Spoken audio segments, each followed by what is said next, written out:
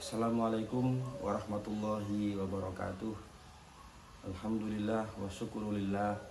Wassalatu wassalamu ala rasulillah Sayyidina wa maulana Muhammad ibn Abdillah wa ala alihi wa sahbihi wa mawalah. La nabiyya ba'dah wa la hawla wa la quwata illa billah. Amma ba'du.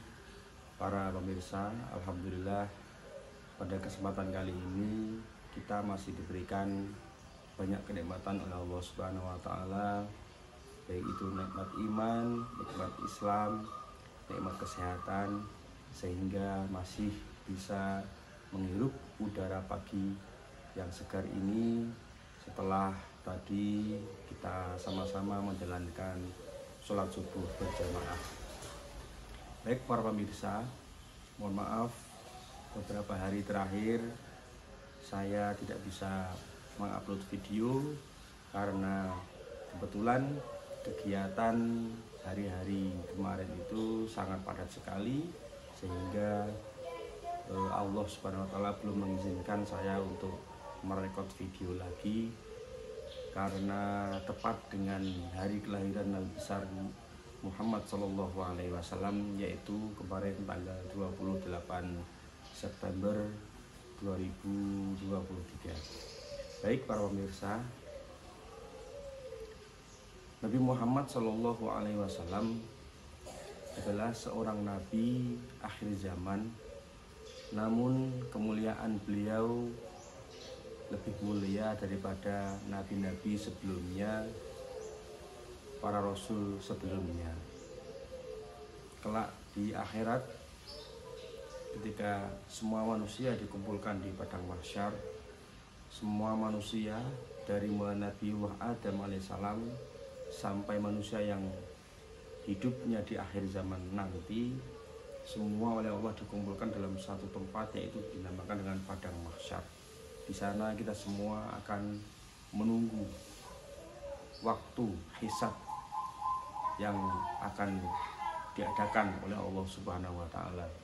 Namun di situ kita sangat prihatin karena kondisi saat itu adalah sama seperti kita berada di sebuah lapangan yang sangat luas sekali, dan matahari, dalam suatu riwayat matahari berada di atas kepala kita. Kita di dunia saja ketika siang bolong, ya, ketika siang kita berada di sebuah lapangan, maka sangat terasa panas sekali. Apalagi akhir-akhir ini di kota Semarang sekitar 39 derajat ketika siang hari. Panasnya minta ampun. Itu matahari masih jauh di luar angkasa sana. Bagaimana nanti ketika di padang mahsyar matahari hanya satu jengkal saja. Maka saat itu suatu golongan ini menghadap atau mencari kepada Nabiullah Adam alaihissalam untuk memintakan kepada Allah Subhanahu wa taala keringanan atau semacam percepatan supaya Allah Subhanahu wa taala itu segera memulai hisabnya. Namun Nabiullah Adam alaihissalam tidak mampu memberikan pertolongan, dan Nabiullah Adam alaihissalam mengatakan, "Wahai cucu-cucuku, aku tidak bisa memohonkan kepada Allah Subhanahu wa taala karena aku takut kepada Allah Subhanahu wa taala. Dulu ketika di surga aku pernah melanggar aturan dari Allah Subhanahu wa taala. Maka carilah orang selain aku yang bisa membantu kalian." Kemudian segerombolan orang itu menuju kepada Nabiullah Nuh, kepada Nabiullah Ibrahim, kepada Nabiullah Musa, kepada Nabiullah Isa, dan seterusnya, dan mereka semua tidak bisa membantu untuk meringankan beban kepada Allah Subhanahu wa taala. Tibalah mereka menuju Nabiullah Muhammad SAW, dan ketika mereka meminta pertolongan kepada Nabiullah Muhammad SAW, Nabiullah Muhammad SAW, penghulu para nabi dan rasul, manusia yang paling dicintai oleh Allah Subhanahu wa taala, kemudian bersujud kepada Allah Subhanahu wa taala dan meminta pertolongan untuk semua umatnya. Seketika itu Allah Subhanahu wa Ta'ala menjawab permintaan Nabi Muhammad SAW. Wahai Muhammad, kekasihku, angkatlah kepalamu dan berikanlah syafaat. Berikanlah pertolonganmu kepada orang-orang yang engkau kehendaki. Lalu Nabiullah Muhammad SAW mengangkat kepalanya dan mulai memberi syafaat kepada umatnya. Maka pertanyaannya di sini adalah, siapakah orang-orang yang akan mendapatkan syafaat yang agung tersebut? Apakah kita sebagai umatnya otomatis mendapatkan syafaatnya? Maunya Nabi Muhammad SAW seperti itu. Semua umatnya akan ditolong semua. Namun tidak semua umat Nabi Muhammad SAW ini dapat pertolongannya. Yang mendapat pertolongannya adalah orang-orang yang mau mendapatkan pertolongan, orang-orang yang memperbanyak membaca sholawat kepadanya. Itulah orang yang akan mendapatkan pertolongan atau syafaat kelak di yaumul kiamah. Para pemirsa, di momen ini, tepatnya di hari kelahiran Nabi Muhammad SAW, maka kita gunakan kesempatan ini untuk memperbanyak sholawat kepada Nabi besar Muhammad SAW.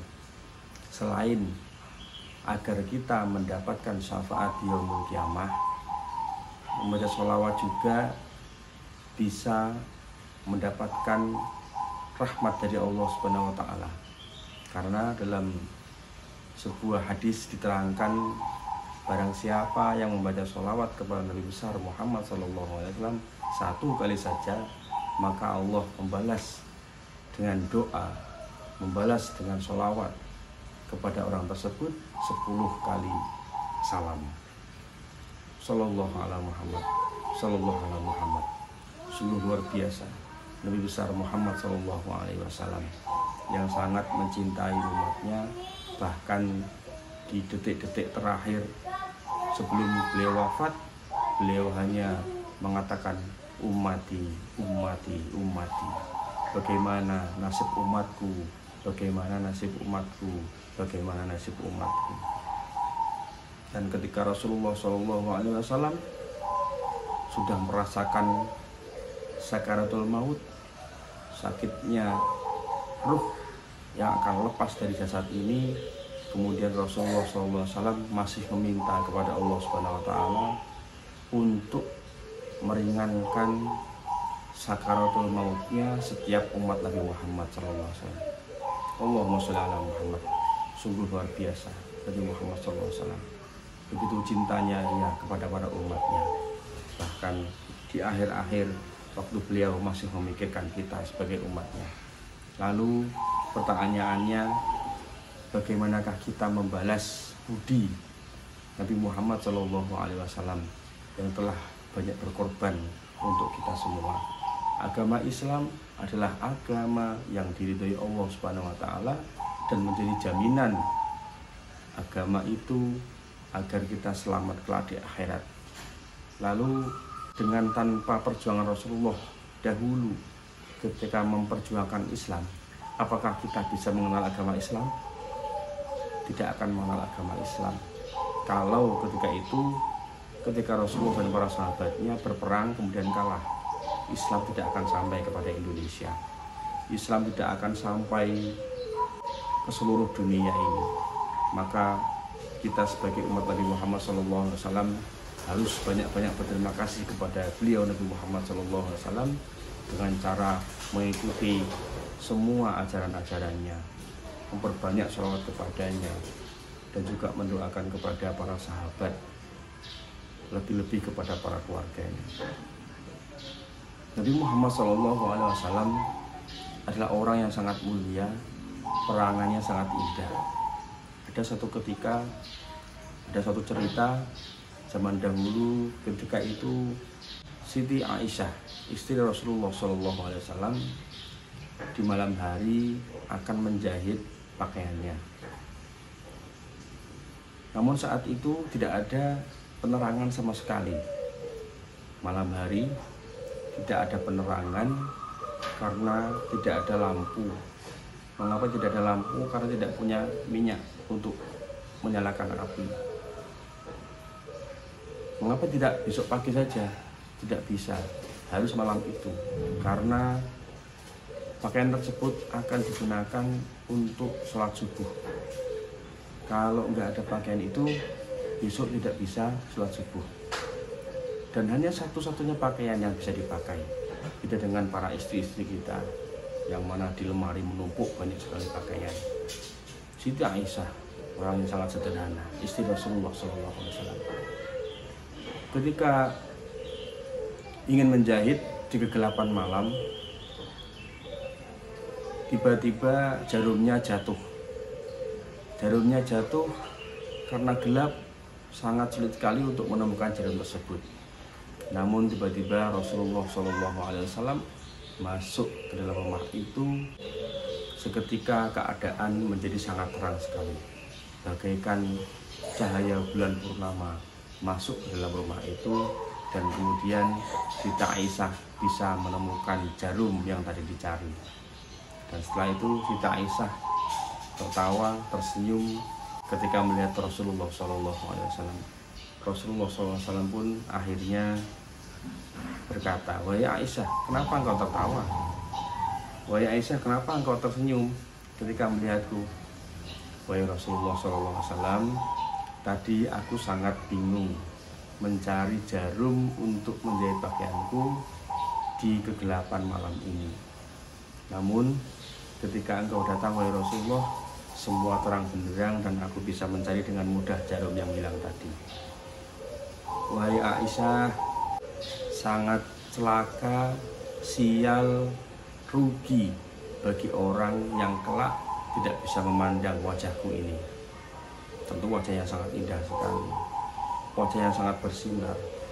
Tidak ada manusia yang sama dengan Rasulullah SAW. Kegantengannya, keindahannya. Wahai Rasulullah, siapakah orang-orang yang tidak bisa melihat wajah itu ya Rasulullah? Orang-orang yang tidak bisa melihat wajahku adalah orang-orang yang tidak mau bersolawat kepadaku. Orang-orang yang ketika namaku disebut, mereka tidak tergerak lidahnya, tidak terkerah hatinya untuk membaca sholawat kepadaku. Na'udzubillah min dzalik. Mari di pagi hari ini, setelah kita mendengarkan kisah ini, mari kita perbanyak sholawat kepada Nabi besar Muhammad SAW dengan sebanyak-banyaknya. Karena sholawat ini bisa mengantarkan kita untuk mendapatkan syafaat pertolongan kelak di yaumul qiyamah.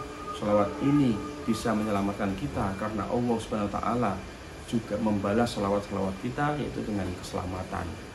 Pada pagi hari ini itu yang bisa saya sampaikan. Mudah-mudahan banyak sekali manfaatnya yang bisa kita dapatkan.